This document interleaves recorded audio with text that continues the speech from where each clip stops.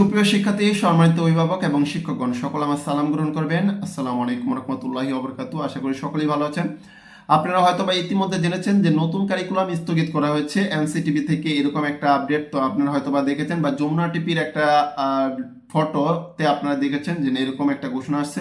মূলত নতুন কারিকুলাম স্থগিত করা হয় নাই, নতুন কারিকুলামের যে আনুষঙ্গিক যে কার্যক্রম আছে সেগুলো স্থগিত করা হয়েছে। এখানে বলা হয়েছে নতুন শিক্ষা কারিকুলামের অধীনে কর্মশালা, প্রশিক্ষণ, গবেষণা, পরিমার্জন ও সংশোধনের কাজ স্থগিত করা হয়েছে।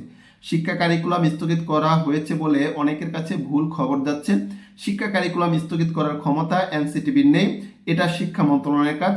11 আগস্ট থেকে বগুড়ায় আমাদের কর্মশালা শুরু হওয়ার কথা ছিল, সেটি আপাতত স্থগিত করা হয়েছে।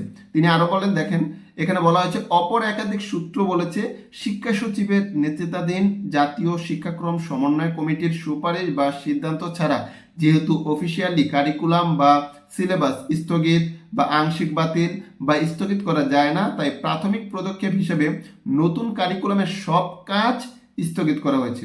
চলতি শিক্ষাবর্ষের বিভিন্ন শ্রেণী পরীক্ষা, পাঠদান, মূল্যায়ন ঠিক করে চূড়ান্তভাবে নতুন কারিকুলাম স্থগিত করা হবে বলেও জানান চেয়ারম্যান। অর্থাৎ আপনার যে কারিকুলামটা ছিল সেই কারিকুলামের যে অন্যান্য যে প্রশিক্ষণ ছিল বা আপনার সংশোধন, এরপরে পরিমার্জন, এই যে কাজগুলো ছিল শিক্ষা মন্ত্রণালয়, এই কাজগুলো স্থগিত করা হয়েছে। নতুন কারিকুলাম টোটালি স্থগিত করা হয়নি।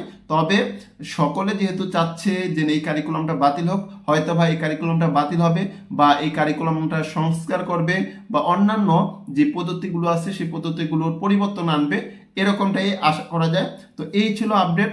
আশা করি বিভ্রান্ত হবেন না। ভিডিওটা সবার মাঝে শেয়ার করে দেন যাতে করে সকলে জানতে পারে। দেখা হবে পরবর্তী ভিডিওতে। সে পর্যন্ত আল্লাহ হাফেজ, আসসালামু আলাইকুম।